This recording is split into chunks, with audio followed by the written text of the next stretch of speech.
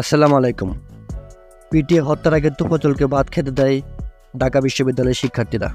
ঢাকা বিশ্ববিদ্যালয়ে ফজলুল হক মুসলিম হলে চোর সন্দেহে গণপিটুনির শিকার হন মানসিক ভারসাম্যহীন এক ব্যক্তি।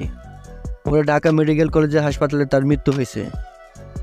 বুধবার দিবাগত রাত 12টার দিকে কয়েকজন শিক্ষার্থী হাসপাতালে নিয়ে গেলে কর্মরত চিকিৎসকরা তাকে মৃত ঘোষণা করেন। তবে হত্যার আগে তাকে ভাত খেতে দিয়েছিল শিক্ষার্থীরা। তোফাজ্জলের বাড়ি বরগুনা পাঁচরাঘাটা গাঠালতলী ইউনিয়নে। তিনি মানসিকভাবে ভারসাম্যহীন ছিলেন বলে জানা যায়। বুধবার সন্ধ্যা চোর সন্দেহে তোফাজ্জলকে আটকের পরে গেস্ট রুমে নিয়ে যায় শিক্ষার্থীরা। সেখান থেকে রাত 10টা পর্যন্ত দফায় দফায় মারধর করে শিক্ষার্থীরা। পর্যায়ে ওই যুবককে ক্যান্টিনে বসিয়ে ভাতও খাওয়ানো হয়। এরপর পুনরায় মারধর করা হয় বলে জানা যায়। 12টার দিকে তাকে ঢাকা মেডিকেল কলেজ হাসপাতালে নিয়ে যায় কয়েকজন শিক্ষার্থী। পরে চিকিৎসকরা তাকে মৃত ঘোষণা করে এবং শিক্ষার্থীরা ওইখান থেকে পালিয়ে যায়।